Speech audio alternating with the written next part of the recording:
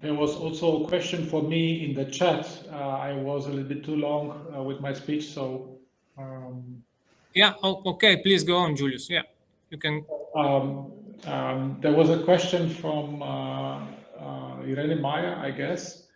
So if I well understood, I don't have it on screen now, but the question was about relationship between inflammation and microbleeding, and whether there is a relationship and how this can be imagined. And I have to say, I'm not a neuropathologist. I cannot answer this in all the details, but of course, one can imagine a relationship here. So we have observed that actually a lot of markers related to neural injury, also related to blood-brain barrier impairment, and also to other aspects of inflammation, and also to clinical aspects. So we have not assessed microhemorrhages, for example, but one can. So we know that amyloid accumulates also in the vasculature, and there is also there are other amyloid-related pathological changes that may facilitate this. This is what I can answer on this point. Okay, thank you. Yeah, I come up with my questions. They are very general, but yeah, when I read, let's say, the description of your talk, I was interested in asking these kind of things. So, do you think that different sports can have different effects on brain health in general? Yeah, so I think that's probably the case. So as we've seen, you missed it, unfortunately. But I presented how balance training, which is a very coordinative sport, is targeting the GABAergic system, increasing GABAergic release. And for example, strength training is totally differently organized. There we want to facilitate output, so inhibition is reduced. And the same is true for many neurotrophic factors. So for example, if we have strength training, we would preferentially express IGF-1, so which has different effects in the brain than, like, for example, an endurance training with HIIT training with BDNF. So it's not investigated so far which is the best, but I would say based on the different factors which are expressed, it should be clear that you should do different kind of sports activities, coordinative sport, HIIT training for vascularization, but also for expression of BDNF. So yeah, as so often, there is no one such thing which is the best. I think it's a mix. Sure. Okay. So maybe depending also from the age, certain activities are better than others to, let's say, keep active and in general, so, and healthy, of course. Yeah, that's so. First of all, you're right. You should do sports which is not too dangerous. Otherwise, all the positive effects are counteracted. That's for true.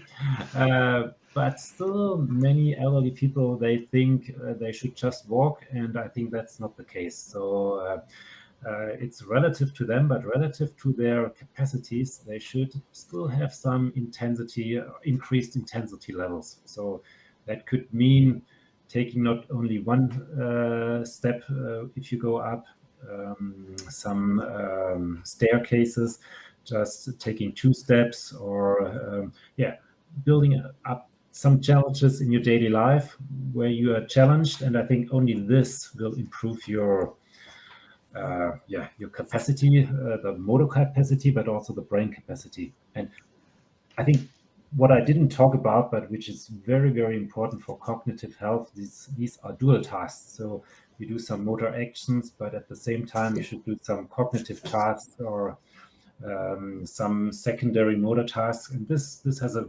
large effect on your cortical resources. Okay, thank you. It's perhaps linked to Jean-Marie Annoni's talk in the session before, that you have you activate more resources in a dual task paradigm, and like if you have two languages that you have to activate and deactivate, and this keeps you healthy, or at least longer healthy. Yeah, it increases the chances. Okay. Yeah. Thank you. Thanks a lot.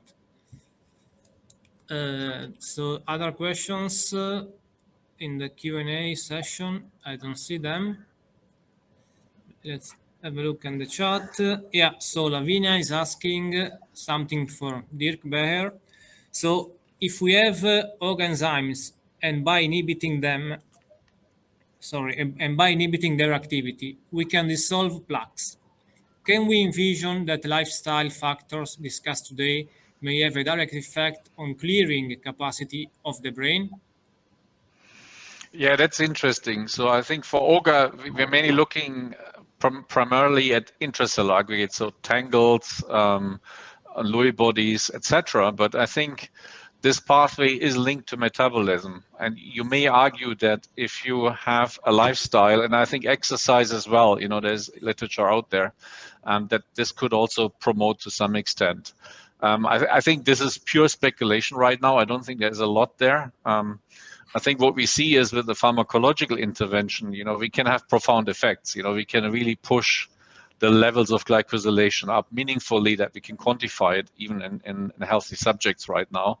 But you could imagine that this could also happen with some interventions, which are lifestyle, but probably not to the same extent. I would doubt that you can go up to those levels we can achieve with our human subjects. I've seen some of this PBMC data. It goes up like 4 to 8-fold above baseline. So that's rather the pharmacological way of doing it, and we like to do that.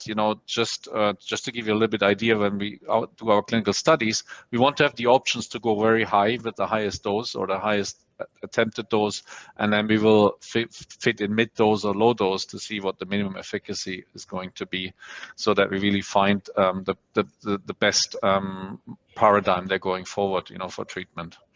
Okay, thank you. Another question for Dr. Taube from Camila Vieira.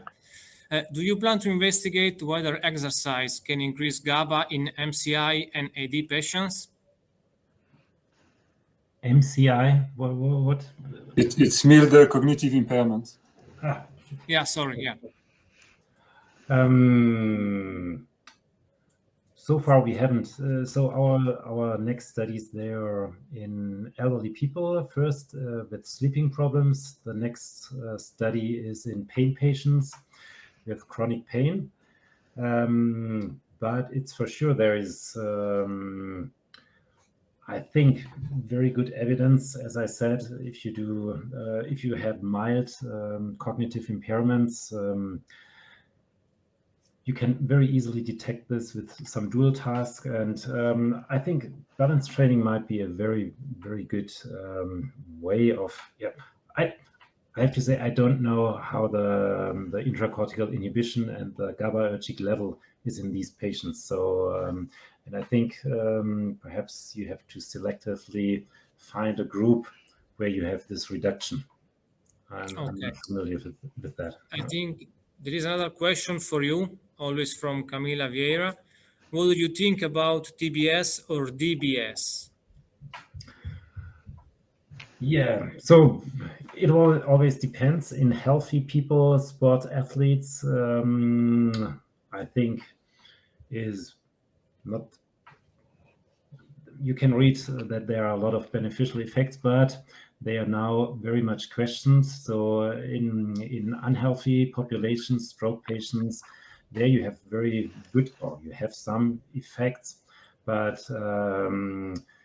I would say the first studies, they were very promising, and they thought it's really a new way to enhance plasticity. But this is a little bit at the euphoria is going a little bit down. So I think there are other ways that are better to do this, at least in healthy people. Yeah. Okay, good. Thank you. Any more questions? Let me check. No questions from the audience. I think we have 3 minutes left. Yeah, unfortunately, I don't have other questions because I lost most of your talks, unfortunately. Yeah, something that I like and maybe has some common points with previous talks and yours is that the lifestyle came up several times today. And I really like the first talk about mentioning the Livingstone paper. So the Lancet Neurology, where they identify 12 risk factors that can be modified throughout life. So yeah, I think that some of exercise or kind of lifestyle merged together can at least help in reducing or prevent some negative effects related to brain health or delay them. So yeah, I really like this kind of attitude and new way of doing research. So yeah, that's it.